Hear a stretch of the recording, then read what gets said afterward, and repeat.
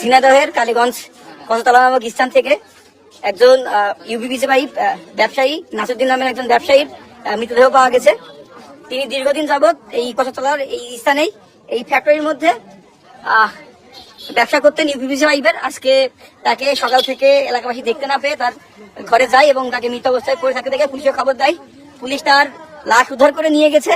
দেখছেন এই কচতলা নামক স্থানে এখানেই দীর্ঘদিন যাবৎ নাসিরউদ্দিন তার বাসা ঢাকাতে। তিনি এখানে ভাই চাচার বাসা কোথায় ছিল? তার বাসা নরসিংদীতে করে আসছিলেন। আজকে দীর্ঘক্ষণ তাকে খোঁজ না পেয়ে এলাকাবাসী দেখছেন কালীগঞ্জ কচতলা নামক স্থান থেকে একটি ইউপিপিসির মৃতদেহ উদ্ধার। আজকে সকাল থেকে তিনি এখানে ইউপিপিসি পাইপের ব্যবসা করতেন দীর্ঘদিন ধরে, বাসা নরসিংদী। তার নাম নাসিরউদ্দিন।